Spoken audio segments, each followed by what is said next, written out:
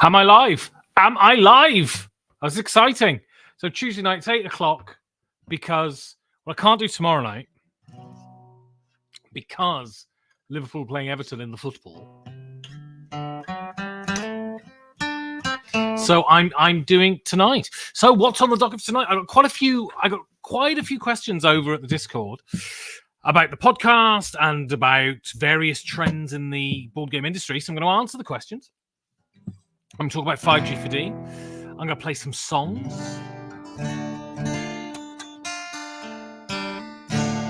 And I'm going to rank another one of my shelves, which is exciting. And I'm playing the guitar. I am not a good guitarist, but I was speaking with a friend today. And we've been writing some music together for the last few years. And we're talking about starting a record label just to release it. It doesn't make any money particularly, because I don't think there's any money in music anymore. But, you know, that'd be cool, wouldn't it?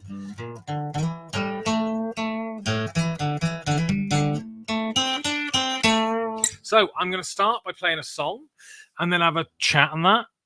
And what should I start with? Okay, I'll start with something folky to open it slowly, and then I'll go on with something else. This is from one of my favorite albums, which is, I played a song from it last week, I believe. This is from, God, it's from Bright Eyes, I'm Wide Awake, It's Morning. Great album. Brilliant album from about 2004, 2005. An absolute folk masterpiece, and one that I'm happy to play for you now. So let's do it, shall we? It's quite a long one. You walk away, I'll walk away. First tell me which road you'll take. Don't want to risk a path crossing someday. So you walk that way, I'll walk this way. The future hangs over our head, and it moves with each current event, till it all falls around like a cold, steady rain, staying when it's looking this way. The moon's laying low in the sky, forcing everything metal to shine. The sidewalk holds diamonds like a jewelry store case. They argue, walk this way, no, walk this way. Laura's asleep in my bed. As I'm leaving, she wakes up and says, dreamed you were carried away on the crest of a wave. Baby, don't go away, come here. And there's kids playing guns in the street, and one's pointing his tree branch at me. So I put my hands up and say enough is enough. If you walk away, I'll walk away. You shot me dead. I found a liquid cure for my landlocked blues. Pass away like slow parade. It's leaving, but I don't know how soon.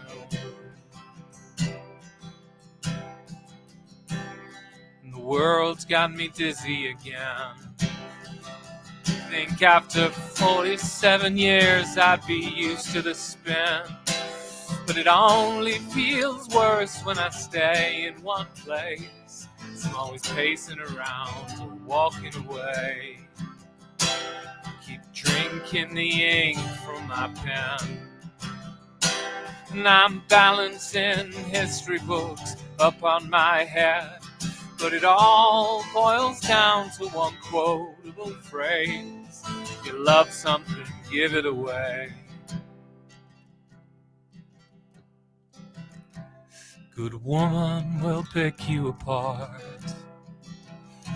A box full of suggestions for your possible heart. You may be offended and you may be afraid. But don't walk away, don't walk away. We made love on the living room floor, with a noise in the background from a televised war. And in that deafening pleasure, thought I heard someone say, if we walk away, they'll walk away.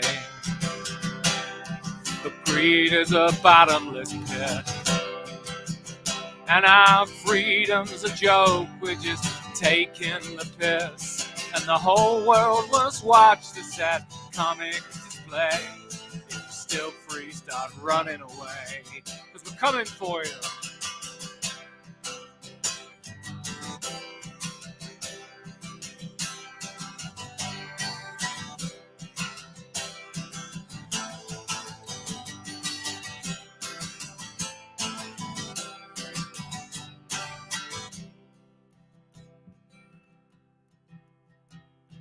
Tired of holding this pose. I feel more like a stranger each time I come home. So I'm making a deal with the devil's fame, saying, let me walk away, please. You'll be free, child, once you have died from the shackles of language and measurable time. Then we can trade places, play musical graves. So then walk away, walk away. So I'm up at dawn, putting on my shoes.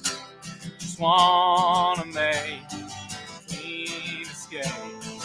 Leaving, but I don't know where to. I know I'm leaving, but I don't know where to. There was something out of tune there. I'm just going to look at the guitar a second. The E string's fine, the A string's fine, the D string's a bit sharp. G string's a bit flat. Come on, mate. There we go. There we go. It's a great tune. Langlock Blues. Bright Eyes, great album. Highly recommend it. Kabuki Kid, hey there. You do. Americans start... Well, the thing is, you don't. I don't want Americans to start using British slang, particularly. Because the problem with Americans starting using British slang is then Americans will know what it is. And then my YouTube videos will be demonetized for using British swear words. So I'm happy for Americans not to be using British slang. Because a lot of good things come out of America. But I think it's fair to say curiosity about other nations isn't one of them.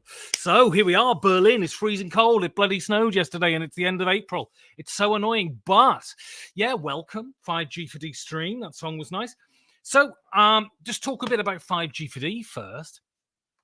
So Monday I released... So I'm still waiting to get my D&D group together so we can do 5G for D&D. And actual play, everybody around the table. We're going to record them. It's going to be great. And we're going to edit them, sound effects and all that. But I'm still waiting for them to come back. So that should be beginning of May. I shall record it and then hopefully release it. I'll edit them fairly quickly. But I did a classic episode on Monday with Volko Runke, which is a really great episode. If you haven't gone back and listened to it yet, Volko is the designer who invented the coin system in wargaming. Very, very sort of influential. The first sort of big, heavy wargame system, I think, that for a while has come over into the mainstream of the hobby. And a lot of people are talking about it. And he's a super interesting guy because he also works for the Secret Service, which is a thing, right? And yeah, so it's a fascinating episode. He is very circumscribed when he's talking about his job at the Secret Service, as you'd imagine he would be. But yeah, it's a really interesting episode, and I would highly recommend you listen to it if you haven't listened to it before. Friday, I'm recording with the inestimable. You do need to check out the Falco one. It's really cool. He's a really interesting guy, and especially kids. He worked for the CIA, right? Which I mean, the thing is, right? I grew up in a town of 3,000 people in the British countryside, and when I was a kid, the most exciting thing that ever happened was going to McDonald's in the city down the road. That was hugely exciting. And through this podcast, I've got to meet the first person ever employed by Google. I've got to meet people who work for the American Secret Services. I've got to speak and interview Edward Snowden's boss. I mean, just incredible stuff. This hobby is full. Yeah, Secret Service, CIA, I think. You'd have to listen to it. But this hobby is full of super interesting people, and these super interesting people are making games, which is Falco is CIA. Isn't that exciting? Isn't that bloody exciting? I don't know what he did in the CIA, but it's bloody exciting that he worked for the CIA, and I've spoken to him a few times actually. And and Mark Herman was the guy who was Edward Snowden's boss, by the way. And it's great. It's absolutely fantastic. So on Friday, Uli, we're going to record the Spielworxx Bulletin. I'm going to release it Friday. And we're going to talk about the biggest elitist circle jerk in gaming, the Gathering of Friends. And I'm only talking about it in such disparaging terms because I haven't been. I don't know whether I could get invited, but even if I could, I couldn't afford it. But Gathering of Friends, we're going to talk about that. And we're going to talk about, I'm going to touch on this during the Q&A session. The Asmodee thing that they've been leveraged for $900 million. I was a judge on the Zenobia Awards, and Volko rules with an iron hand. He wouldn't let us get away with not eliminating a certain number of entries. Yeah, so I'm going to talk about that as well, because the BGG finalists have been released this week, and 5G4D is on it. I think it's great. 5G4D has never not been on it, which is really nice that people enjoy the show and they vote for it. I mean, I'm not going to win. I never do. But I'm going to talk about sort of that in a bit during the questions as well. Yeah, and so me and Uli are going to talk about that. What was I talking about? Gathering of Friends. It looks such great fun. But, I have my conventions that I go to every year. LyriaCon, Gathering of Chums, which is Tony's thing. And they're both fantastic. The reason Gathering of Friends has such cachet is because it's the industry convention. Right, I think to some degree LyriaCon is too, certainly for the Portuguese industry. I'm going to get into this. Thank you for saying that. It's very nice. I'm going to get into this when I answer a series of questions on it in a minute. Yeah. And what else? What else is going on? Yeah, we're going to do a hashtag channel show. So if you want to join our Discord, go to 5g4d.com, click on the pinned post, and you get an invite. You can join the Discord. And something happened on the Discord. We were talking about some company has got a partnership with a Russian company, and then an argument started. And I think this month's hashtag channel show, which is where we elicit responses from the Discord members and they get read out on the show and we discuss them, is going to be about the moral responsibility of board game publishing, I think. That idea of talking about environmental considerations, talking about certain companies working with certain nation states and all of that sort of stuff. And I think it's going to be interesting because, as with these things, I don't really know what I think. And because the thing is, it's very interesting if you look at the conduct on social media at the moment, especially around the current conflict. It blows my mind that these things are delineated down left-right political views. It seems to me both sides, especially in the American debate, and Americans dominate the debate in everything. Basically, if your enemy likes something, you have to hate it, which it strikes me as incredibly reductive, an incredibly infantile kind of way to to approach things that frankly deal with people's lives. But the point is, right, how can we deal with things seriously when social media is the medium by which we talk about them? So now, don't get me wrong, I see the irony. I'm on YouTube talking, but the thing is, I think YouTube has a lot going for it. There's a lot of shit on YouTube, but I contribute to that effluvium.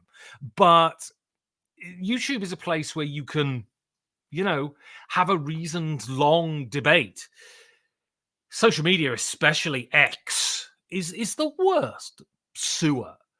And I think, and I keep putting this in my videos, I think if you think that you are doing any kind of activism and Twitter is your platform, you should have a look at your activism, because the medium is often the message, and if it's on Twitter, the message is shit, frankly.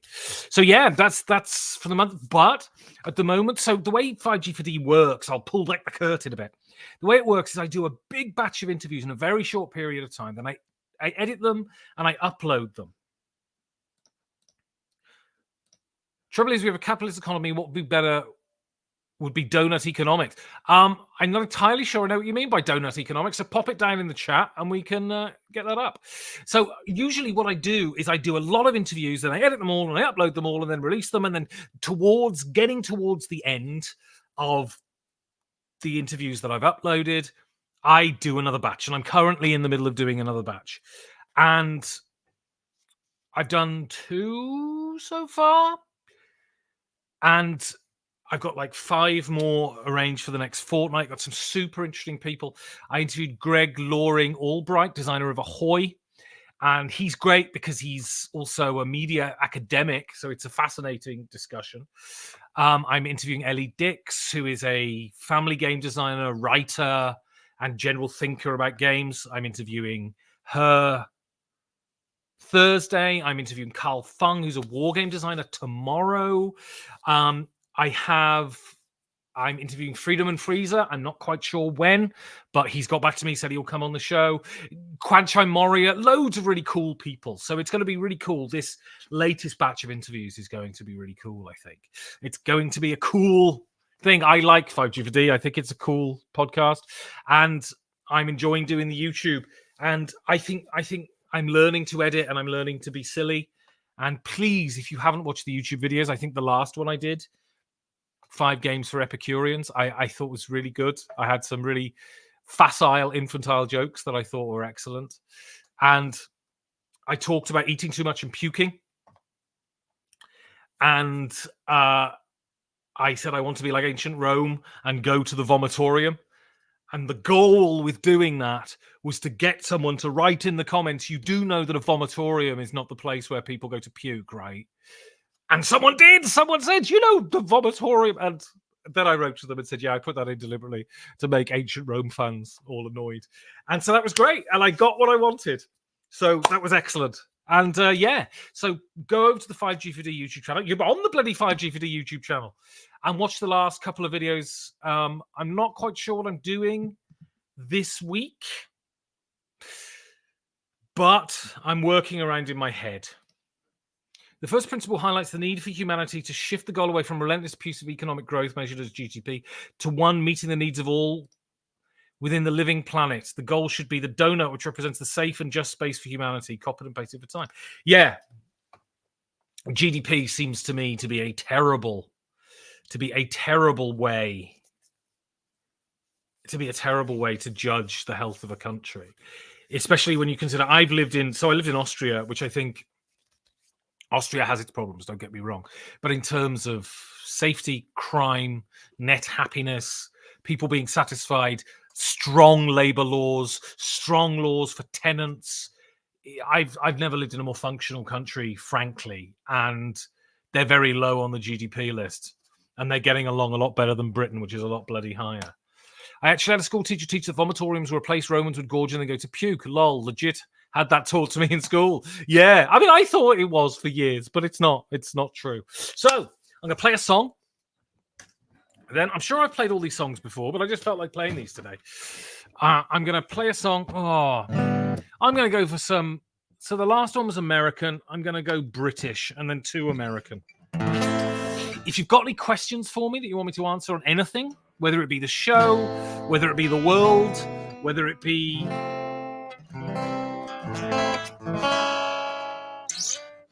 There was an interview with the writer on the Leading podcast. What's his name? Because I pick the Leading podcast judiciously. But yeah, if you've got any questions for me on anything, put them in and I'll answer them after this. And then we'll go to Q&A. So, I love this song. I love this song. I love this album. This is one of the formative albums of my youth. And if you know it, sing along.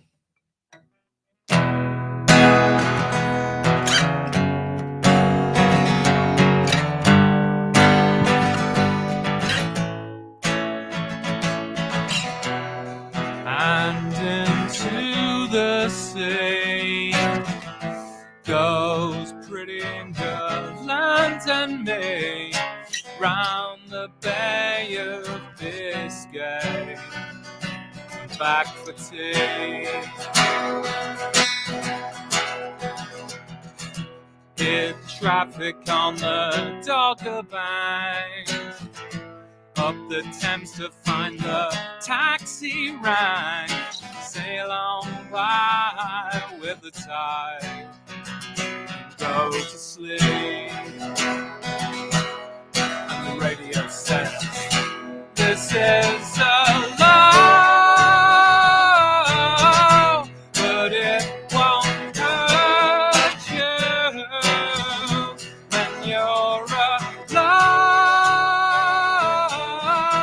It will be there with you, finding ways to stay so long.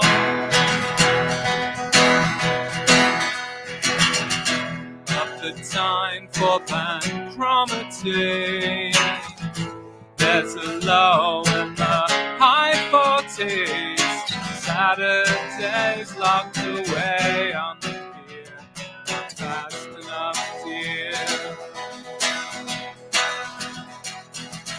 And on the Malin Head, black will look blue and red.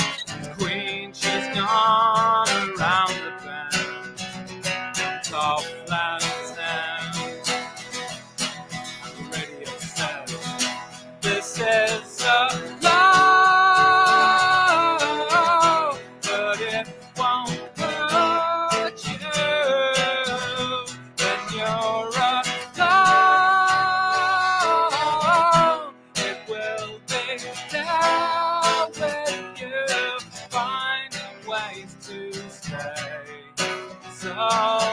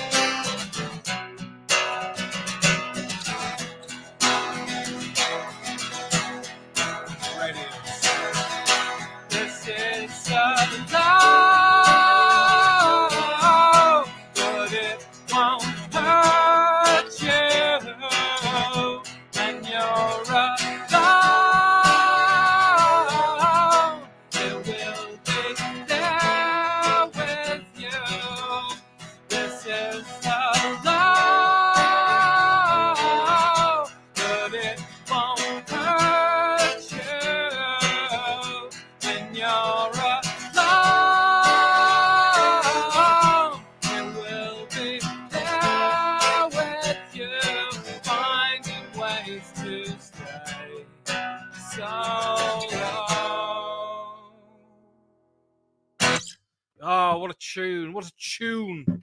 Ultimate classic. I love that album. I love Parklife by Blur.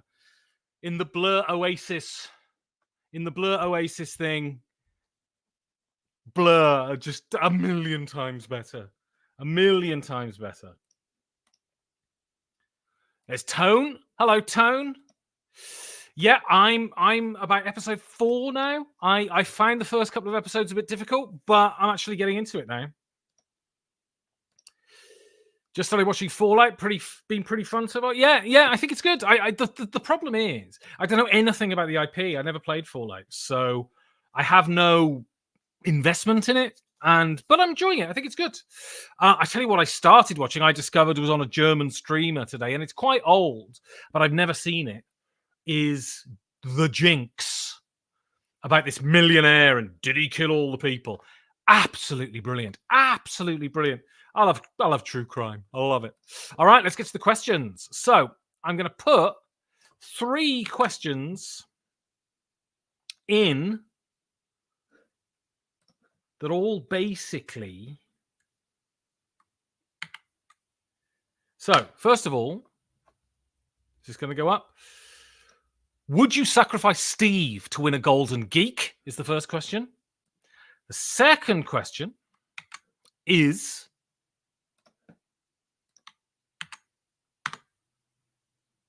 how would you sacrifice Steve to win a Golden Geek?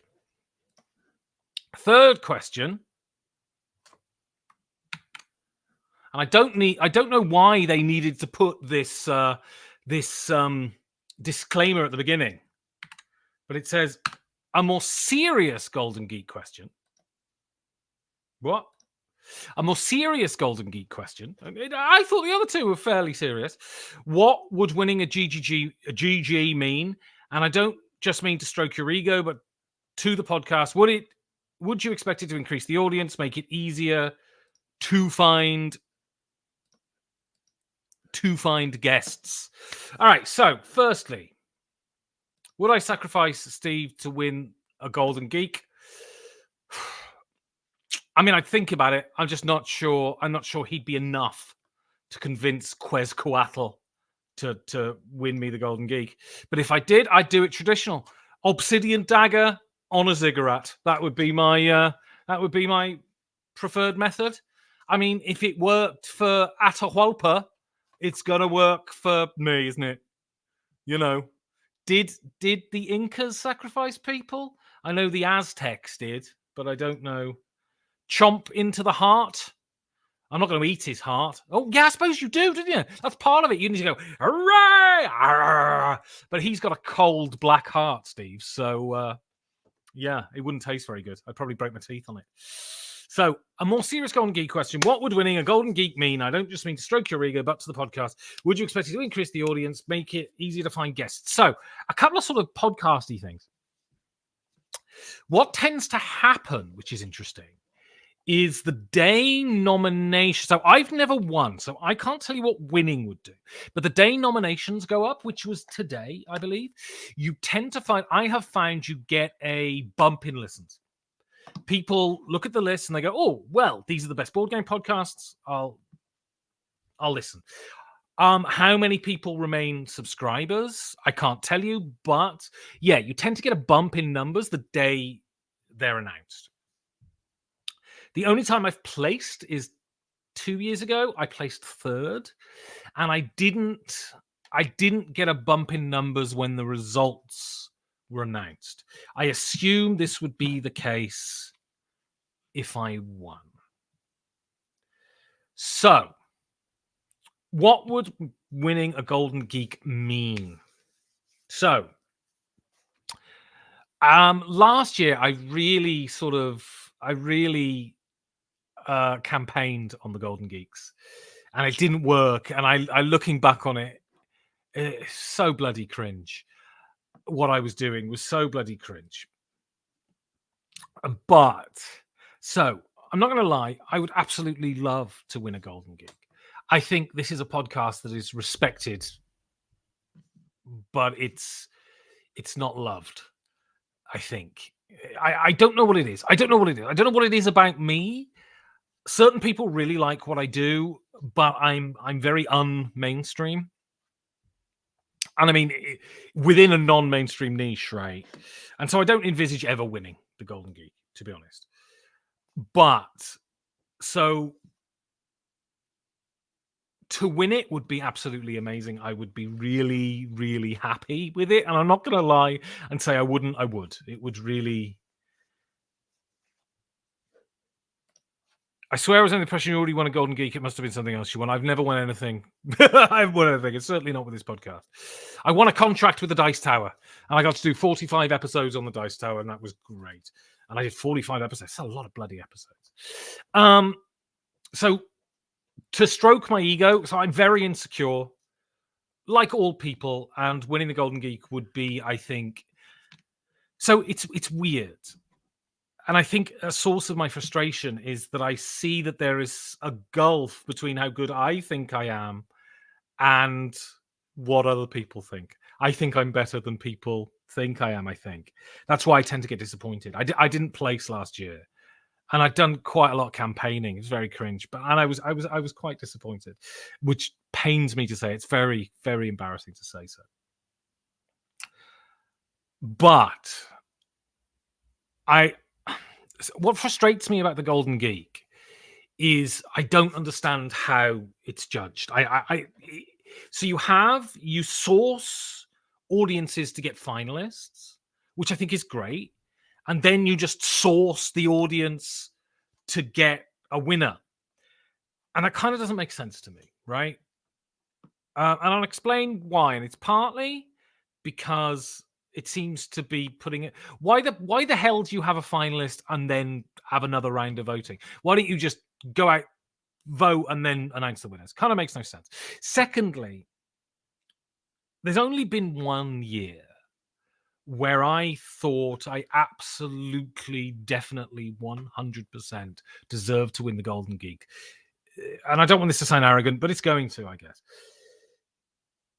That I thought that I, without a shadow of a doubt, had done the best work within the board game podcasting sphere that year. And I think I'd done superior work to anybody. And it wasn't because I was doing the work, it was because of the people who were on the show. And that was the first year of COVID and when I did the Voices from the Solitude episodes. And I thought that was really good work. That I profiled brick and mortar friendly local game shops, that I interviewed everybody. I interviewed the tabletop simulator people. I interviewed the BGA people. I earned the other one. I can't remember what it's called now. I interviewed them. I interviewed psychologists. I interviewed doctors. I interviewed just people within the industry asking how they were dealing with it. And I felt it was a really good... That's the best I've ever felt doing this show. I felt I was doing valuable work. I've had people come up to me saying that series really helped me get through the weirdness that was the beginning of the pandemic. And I genuinely thought, and so the problem is, right? The problem is with doing this voting system is that year I was up against some incredibly popular show that had a lot more listeners than me. So I was never going to win. I was never going to win. And not having people appraising the shows and then saying, okay, we've got this finalist crowdsourced and then we're going to whittle them down based upon an expert panel, really made me feel like I missed out on an award that I deserved that year. And this sounds terribly arrogant to say that I deserved it, but I really felt I did that year. And I wasn't angry. It was just like, I knew I wasn't going to bloody win anyway. And so that year, I deserved it. Post that, I did a lot of campaigning last year, which was a bit cringe. And then when it yielded nothing, I really have stopped giving a shit about the Golden Geek. I think it's the only way to remain sane, right? And so I didn't even know I was on I didn't know they released the list today until someone sent me a message to congratulate me that I was on the top 10, which is lovely. And don't get me wrong, I'm not an asshole about it. I'm not saying, take me off the list. I mean, I'd love to win it, and it's nice to be recognized. But, without sounding like a dickhead, I kind of think I deserve it to some degree. But, so what else? What else was there? Would you expect it to increase the audience? I certainly would. Not by loads, but I would expect it to increase the audience. And would you expect it to make it easier to find guests? Not really.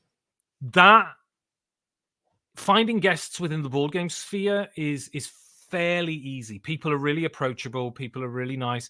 Some people ghost you. I can think of one person I would really love to have on the show. They would be a super excellent interview, and they agreed to come on the show, and then they ghosted me. I don't know.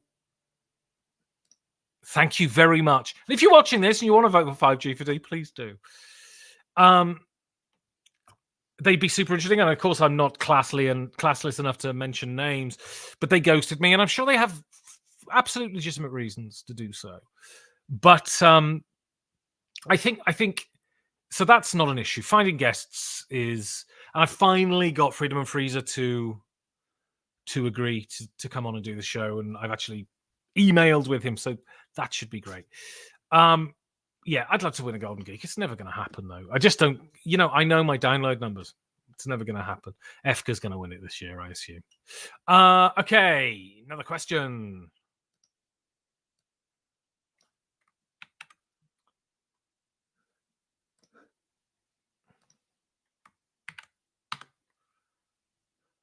So Kabuki Kid says ghosting is only valid if someone's being a stalker or something. Now, you can never tell what people bloody think, whether they think this cheeky bastard, he keeps sending me bloody emails. This is outrageous.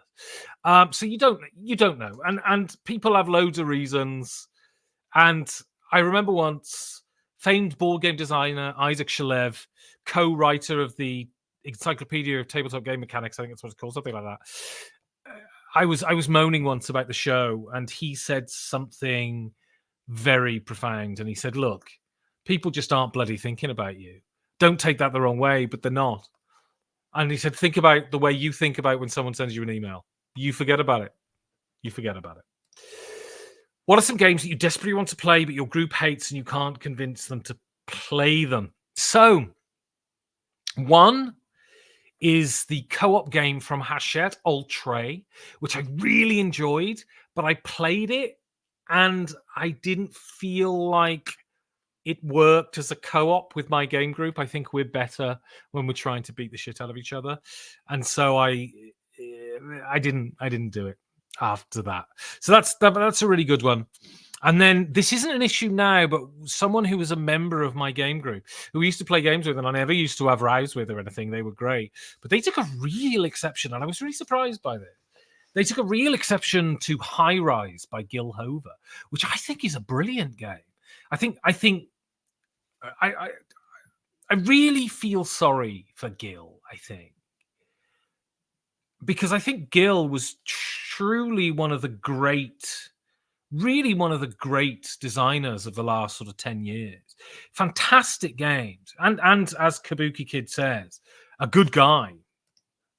And the networks did pretty well. And I don't think anything else did as well as it was expected. And High Rise is a brilliant game. Brilliant concept. He's a really good game designer. And it is a crying shame. Wordsy is fantastic. And it is a real shame that he's no longer in the industry. Lovely bloke. We've had beers and chatted.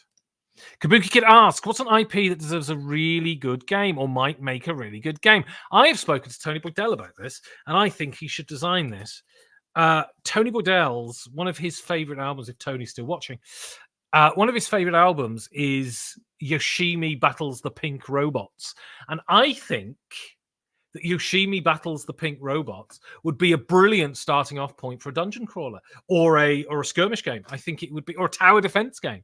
It would be absolutely fantastic. And I think Tony should design it. And then he should write to the Flaming Lips and get the IP. I'm sure they'd be down. That's the kind of weird shit the Flaming Lips would be into.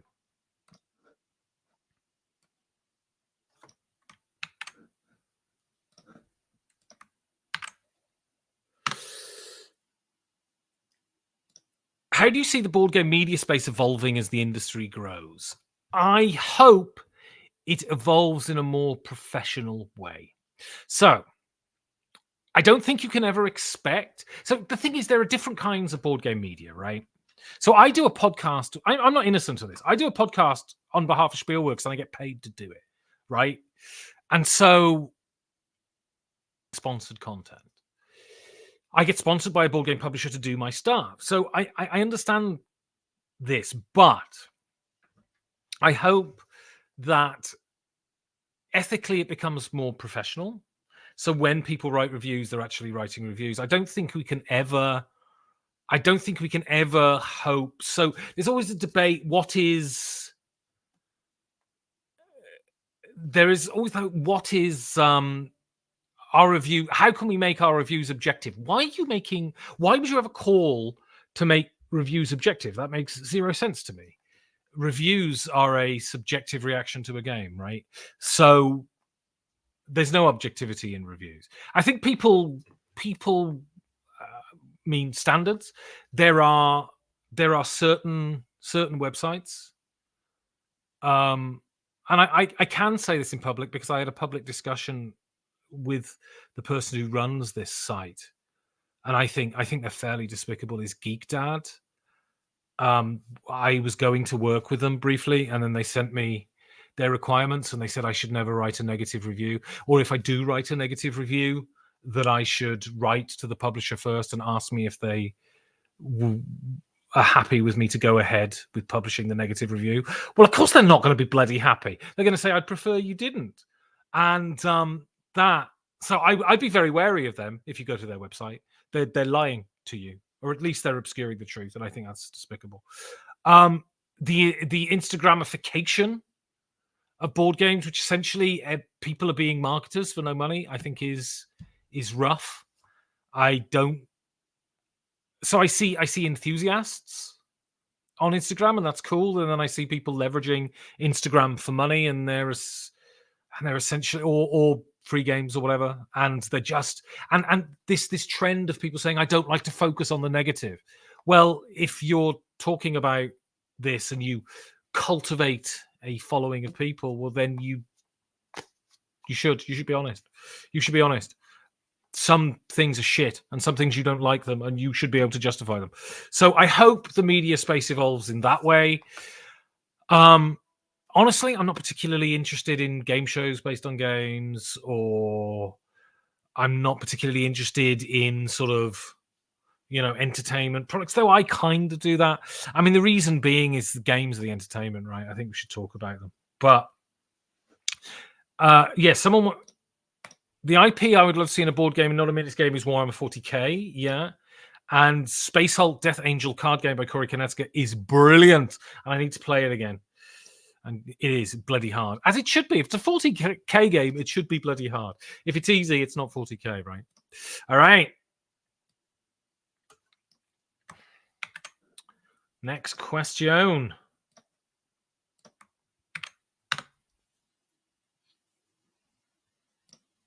I didn't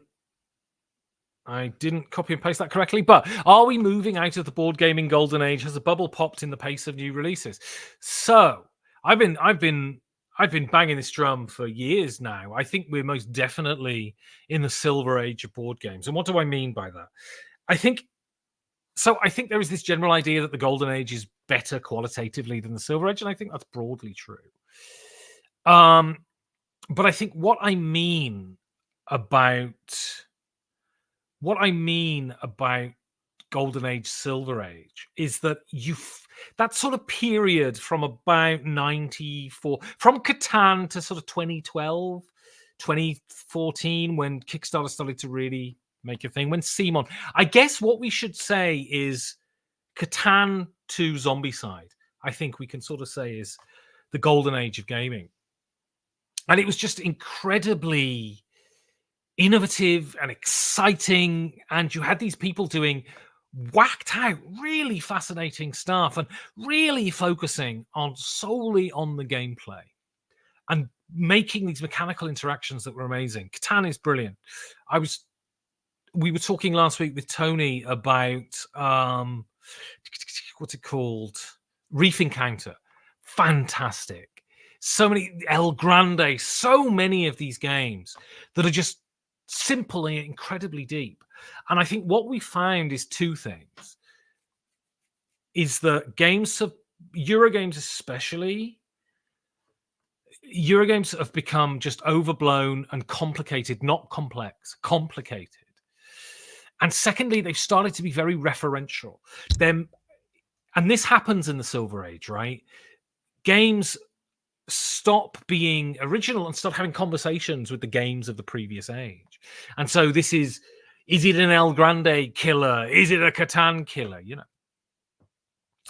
And then couple that with a business model that kind of almost requires you not to design complete games. So Kickstarter is, you have the game and then you'll get 20 expansions on stretch goals. And I understand the business.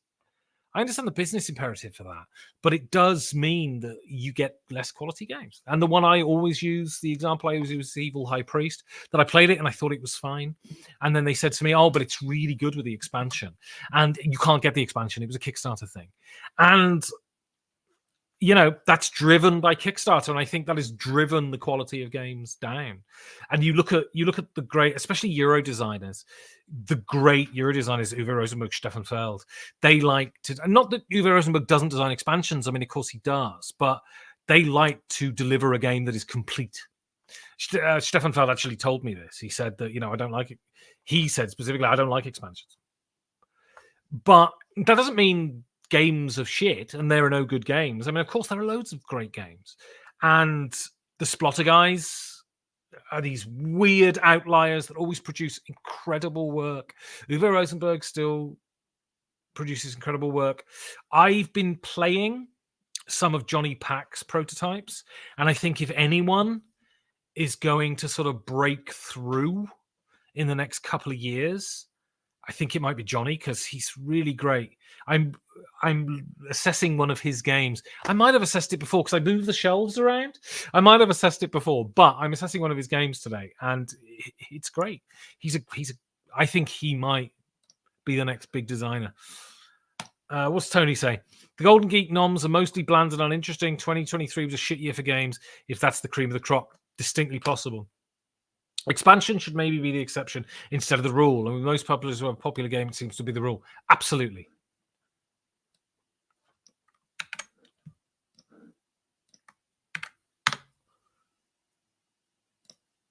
Is the Asmodee group split up going to be a problem for Asmodee and board game distribution? Well, I don't know enough about it. I'm going to talk to Uli about it in the Spielworks Bulletin coming up this week. But one thing I can say is that they seem to own loads of publishers and loads of distributors. And if they go under, that's got to be an issue, right? Has to be an issue.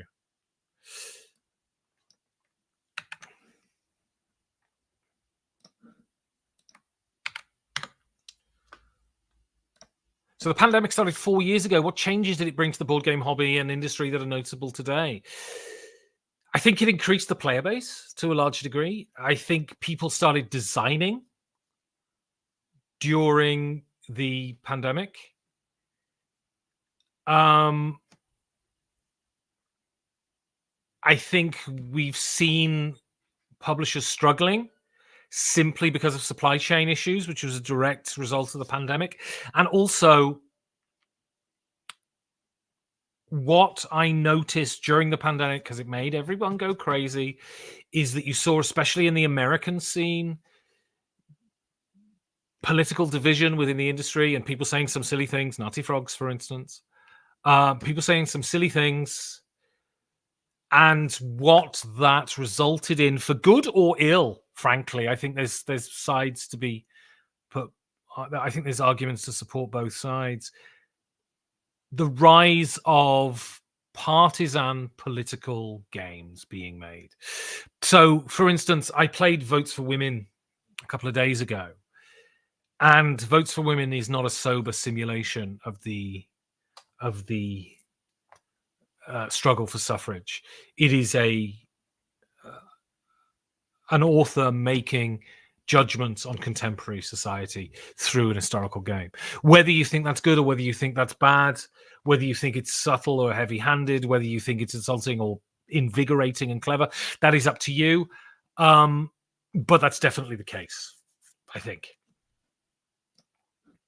I think the heavy games category is pretty strong, but I agree with Tony on the rest. Yeah, indeed. Right, I'm going to play a song. And then we'll have a bit of a public rank.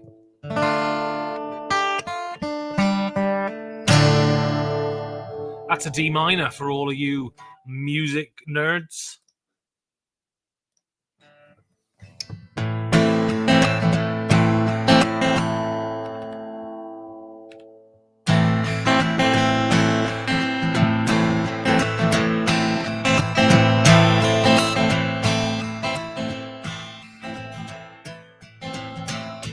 we get. Sorry. We get some rules. I think I need a capo.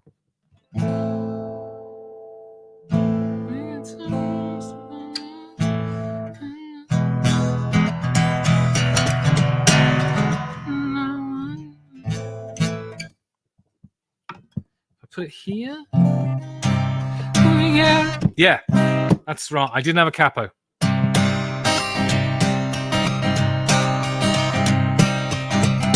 We get some rules to follow. That and this, these and those. No one knows.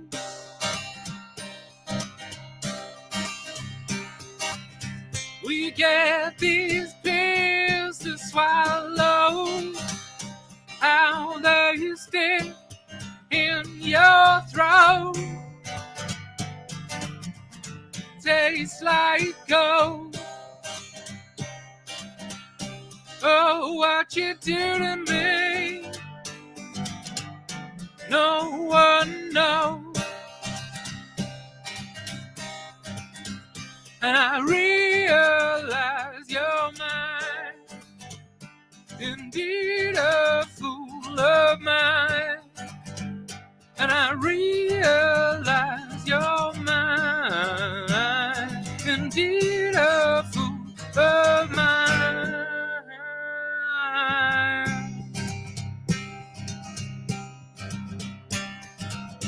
I journeyed through the desert of the mind with no hope. I found love. I drift along the ocean. There lie boats in the sun. I come undone. Pleasantly caving in. I come undone. And I realize you're mine, indeed a fool of mine. And I realize you're mine, indeed a fool of mine.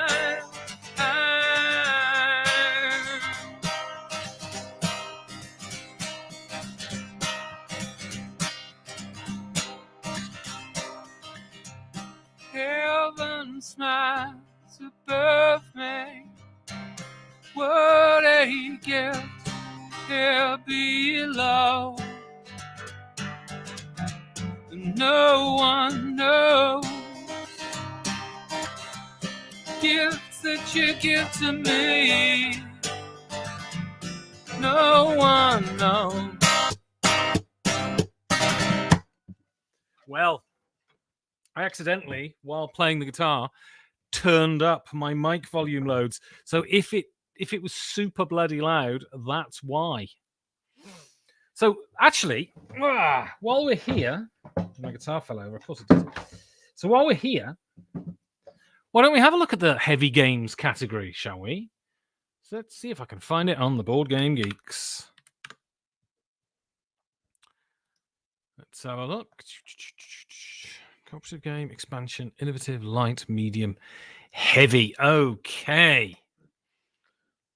Let's have a look, shall we?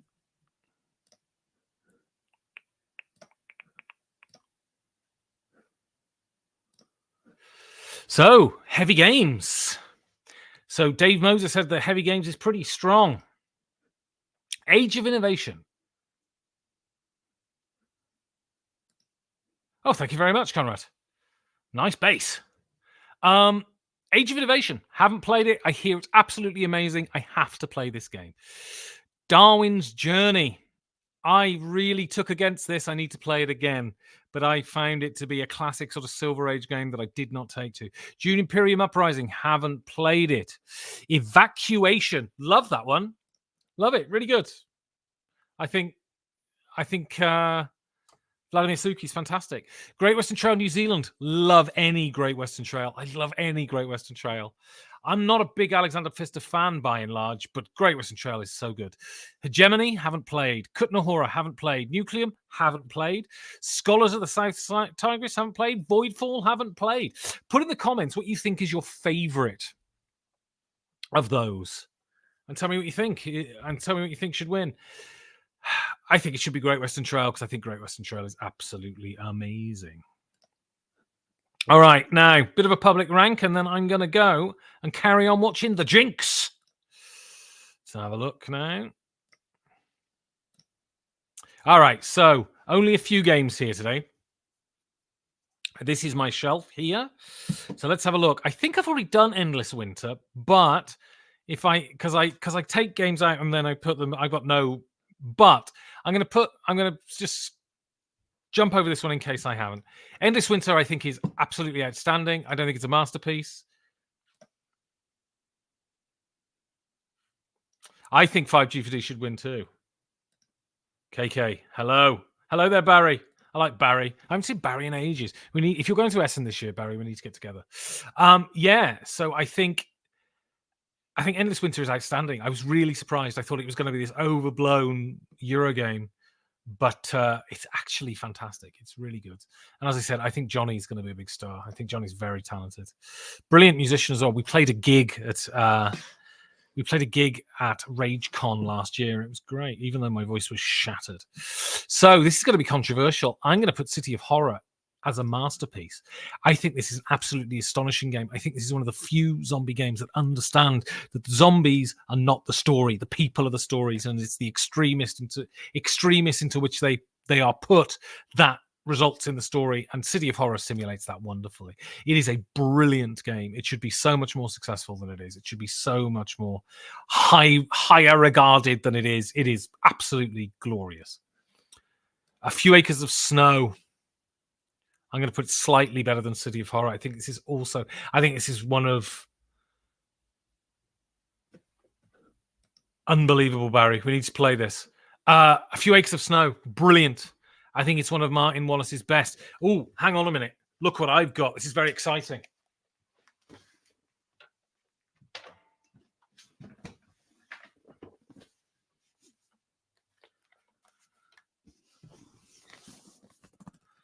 Just in the post. Martin Wallace Hotness. I am very excited. I'm playing this on Thursday. And I am exceptionally excited to play Bloodstones. It is... I'm hoping it's going to be great. And what a production. I mean, I'm not usually into that sort of shit, but wow, it's very impressive. And Martin is not only a brilliant designer, I'm proud to say he's a friend. And Pax Pamir. This might piss people off, but I'm going to put it as solid. I think there are certain people within the industry who people consider it necessary to like, to be seen as intellectually rigorous in the intellectual thing of the board games. And I think Cole Wehrle is one of those.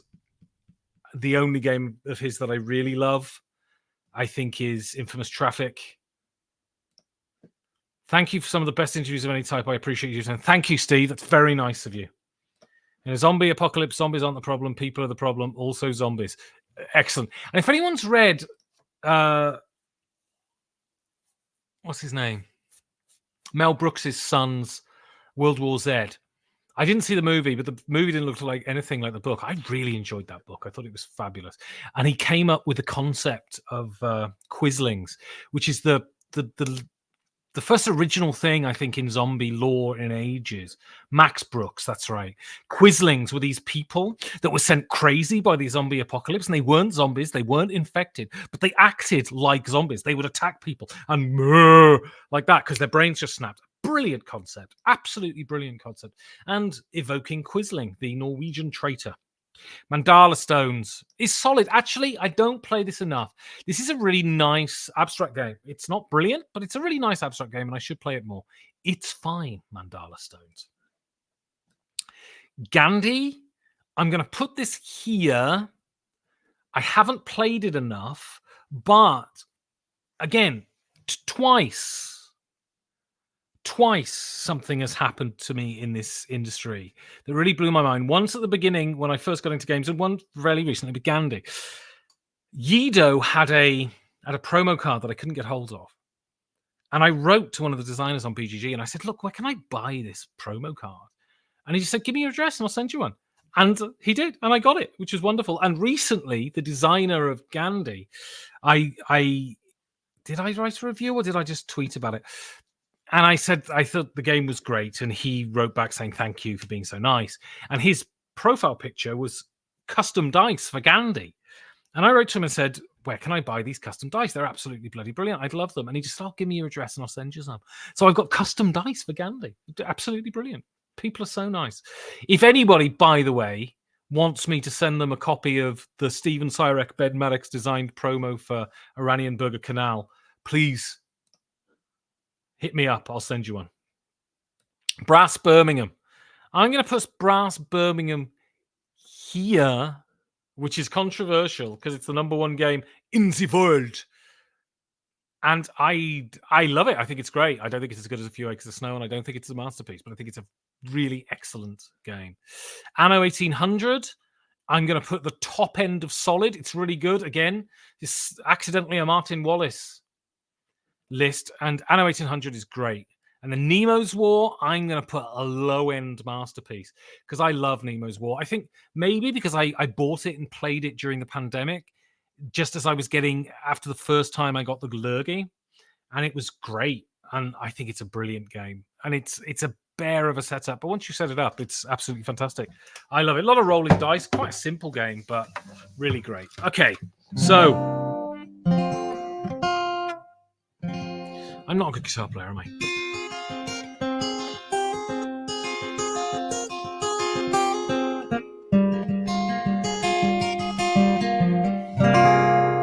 Okay, one last song, and then I'm going to go. This one is a line of sort of songs I do in a sort of folky country style that are actually punk songs. And this is a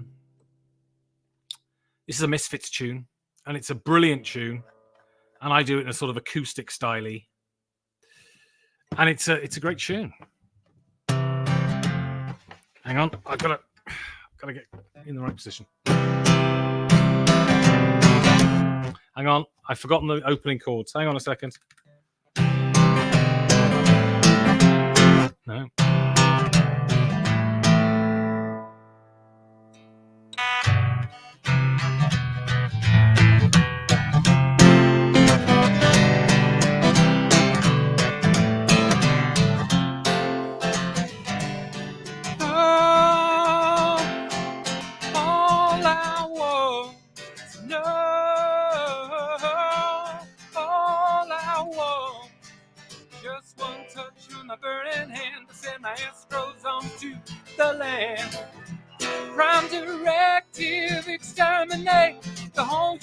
And then your face drops in a pile of flesh, and then your heart pounds till it pumps and death. Prime directive, exterminate whatever stands left. All I wanted to say, all I gotta do. Who'd I do this for? Hand me on you. All I wanted to say, all I gotta do. Who'd I do this for? Hand me on you. No, all I want to know, all I want is just one touch of my burning hand. I'm gonna live my life to destroy your world.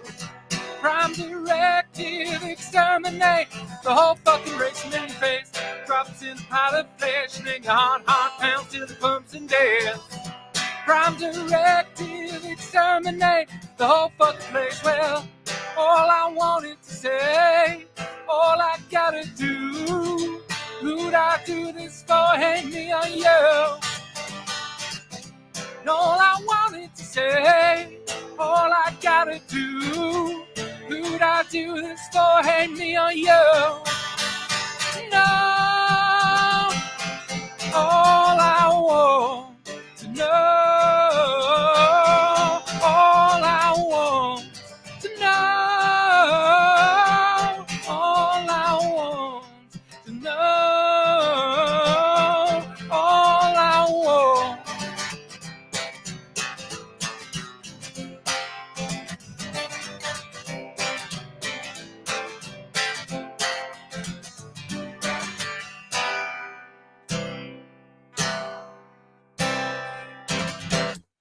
we go. The Misfits. Great band. They don't play their songs like that. They play them a lot more aggressively with a lot more distortion and fuzz and that. Oh, Kabuki Kid saw the Misfits live. Was it the fake Misfits with only Jerry only? Or was it with chocolate voiced genius Glenn Danzig? And I got an emoji from Barry. I don't know what that means. Anyway, so thank you ever so much. I'm going to go home and feed the cat now. And so, yeah, thank you ever so much for watching. And, I suppose I should say it. Vote for 5G4D for the Golden Geek Awards. And, yeah, I wish it was with Danzig. Yeah, I think they're touring now. Or they were a couple of years ago. Anyway, so thank you ever so much for watching. And I'll see you next week. Same time, same station. Join the Discord, 5gfds.com. Click the pinned post. Put questions in the live stream channel. And hope that Chelsea beat Arsenal.